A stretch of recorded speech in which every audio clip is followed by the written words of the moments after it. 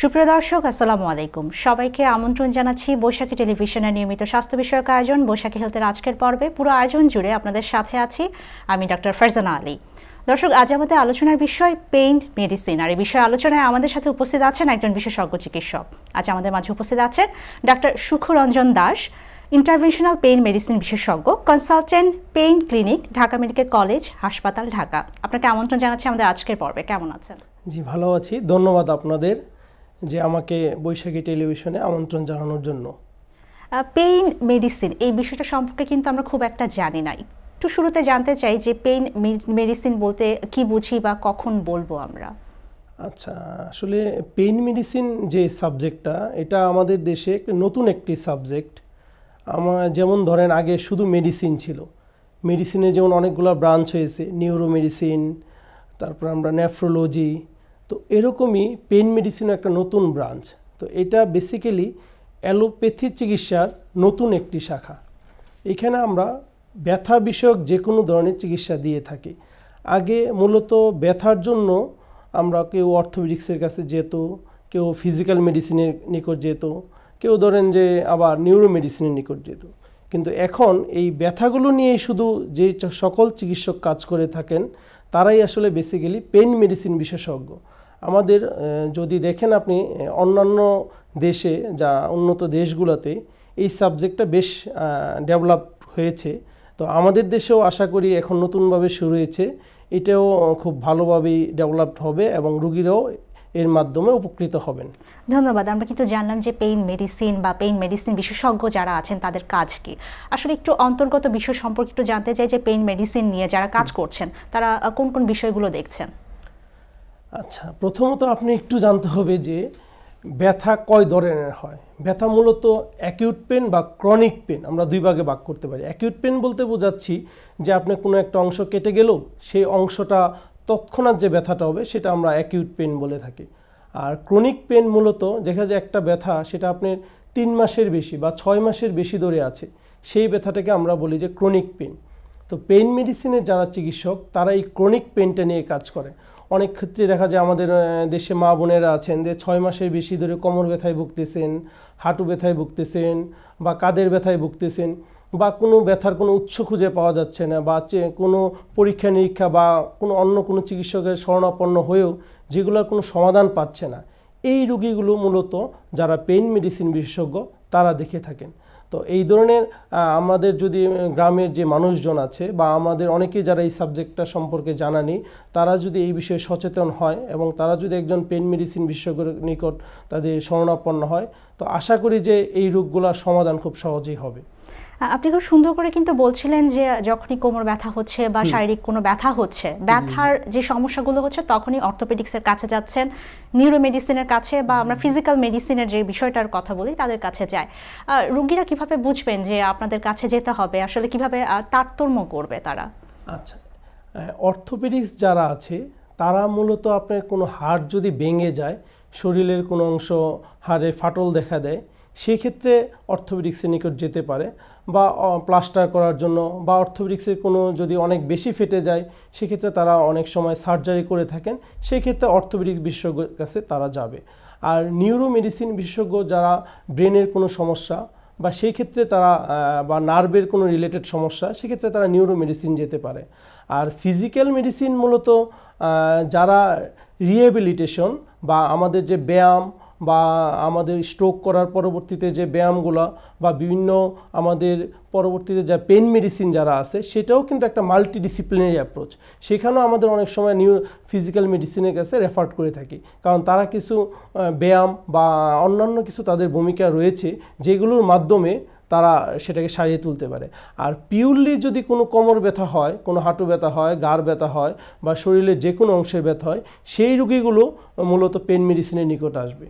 আচ্ছা, আমরা জানতে পারলাম যে আসলে রিহ্যাবিলিটেশনে আপনাদের ভূমিকাটা অপরিসীম এবং রিহ্যাবিলিটেশন পিরিয়ডগুলোতেই কিন্তু রোগীরা আসছেন, এবং এখন যেহেতু অনেকটাই এই জায়গাটাতে আগে থেকে আপনাদের কর্মপরিধি বেড়েছে, রোগীরাও বুঝতে পারছেন কার কাছে যেতে হবে।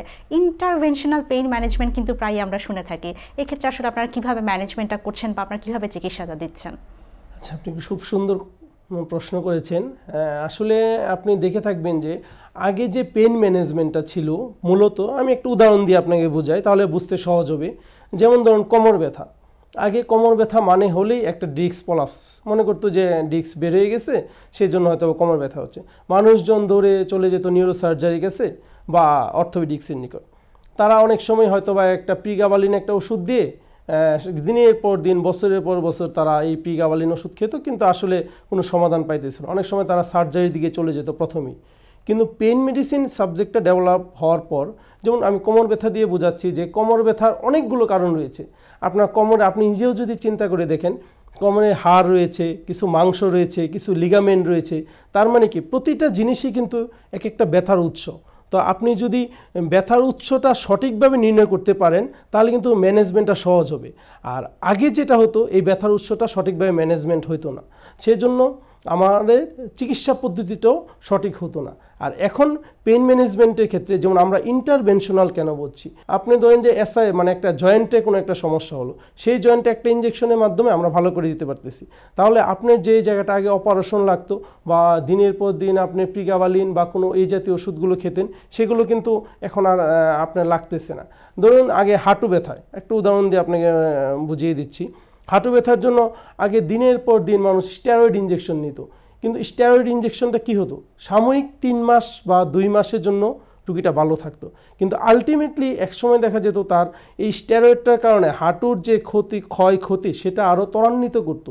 তো এখন কিন্তু আমরা যে পেইন ম্যানেজমেন্টে সেখানে কিন্তু আমরা স্টেরয়েডকে ইনহিবিট করি, যে স্টেরয়েড দেওয়া যাবে না। এবং গ্রামের লোকজনও কিন্তু যারা রয়েছেন তারা কিন্তু অহরই এই স্টেরয়েড এই ব্যথার ওষুধগুলো খেয়ে যাচ্ছেন, কিন্তু আমরা এই জায়গাটা থেকে বেরিয়ে আসতেছি এবং নতুন কিছু আধুনিক চিকিৎসা নিয়ে এসেছি।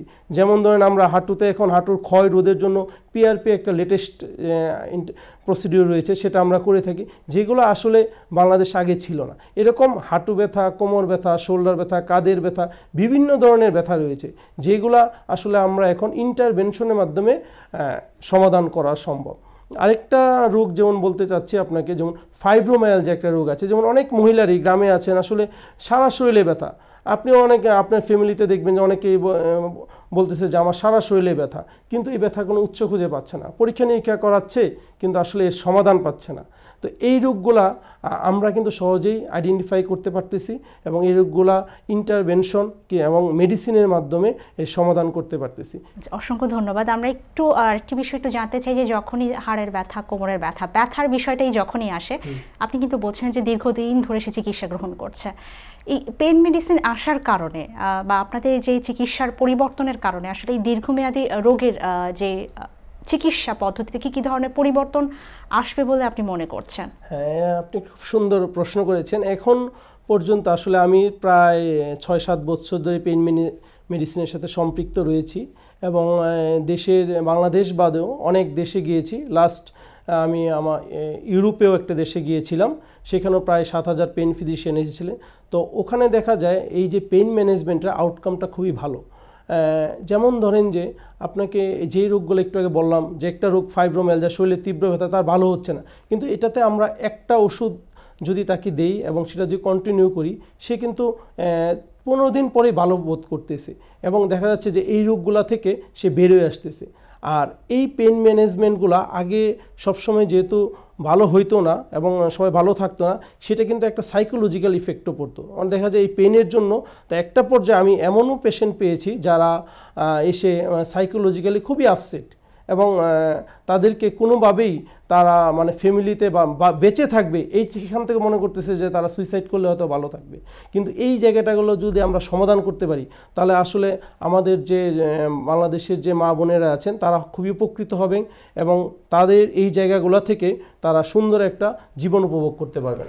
অসংখ্য ধন্যবাদ। আমরা শেষের দিকে চলে এসেছি। আমরা আশা করছি পেইন মেডিসিনের মাধ্যমে আমাদের যে ব্যথাজনিত সমস্যাগুলো আছে তার যুগোপযোগী পরিবর্তন আসবে। আপনার গুরুত্বপূর্ণ সব পরামর্শের জন্য অসংখ্য ধন্যবাদ এবং আমাদের সাথে সম্পৃক্ত হওয়ার জন্য অসংখ্য ধন্যবাদ আপনাকে।